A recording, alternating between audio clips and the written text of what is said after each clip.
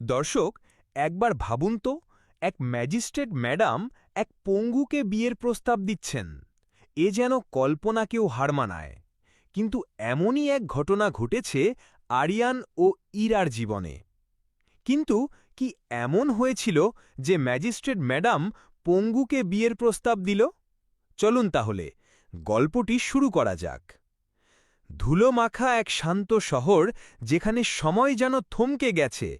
সেই শহরের এক প্রান্তে থাকা একটা পুরনো পাবলিক লাইব্রেরির সামনে এসে থামল একটি সরকারি গাড়ি।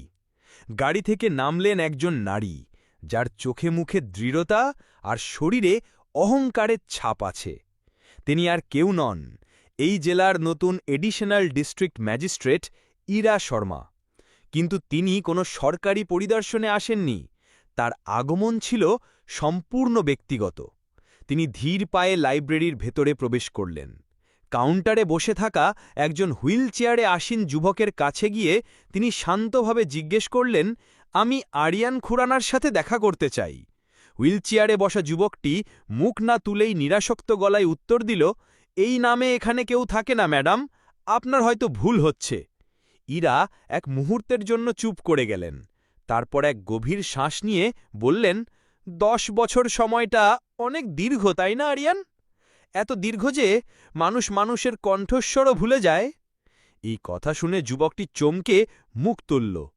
তার ক্লান্ত বিষণ্ণ চোখ দুটো একেবারে স্থির হয়ে গেল ইরার মুখের ওপর।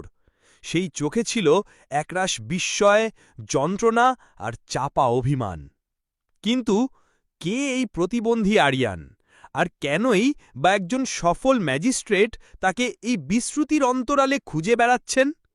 এই প্রশ্নের উত্তর জানতে আমাদের ফিরে যেতে হবে 10 বছর পেছনে, এক কোলাহলমুখর বিশ্ববিদ্যালয়ের ক্যাম্পাসের দিনগুলোতে। 10 বছর আগে আরিয়ান খুরানা ছিল শহরের সবচেয়ে ধনী শিল্পপতি মিস্টার রাজদীপ খুরানার একমাত্র ছেলে। আরিয়ান ছিল রূপে গুণে আর প্রতিভায় যেন এক স্বপ্নের রাজকুমার। কিন্তু তার সবচেয়ে বড় পরিচয় ছিল সে একজন অসাধারণ লেখক এবং কবি। বিশ্ববিদ্যালয়ের ম্যাগাজিনের জন্য লেখা তার কবিতাগুলো সবার মুখে মুখে ফিরত। অন্যদিকে ইরা শর্মা ছিল এক সাধারণ মধ্যবিত্ত পরিবারের মেয়ে। তার বাবা ছিলেন একজন সৎ সরকারি কেরানি।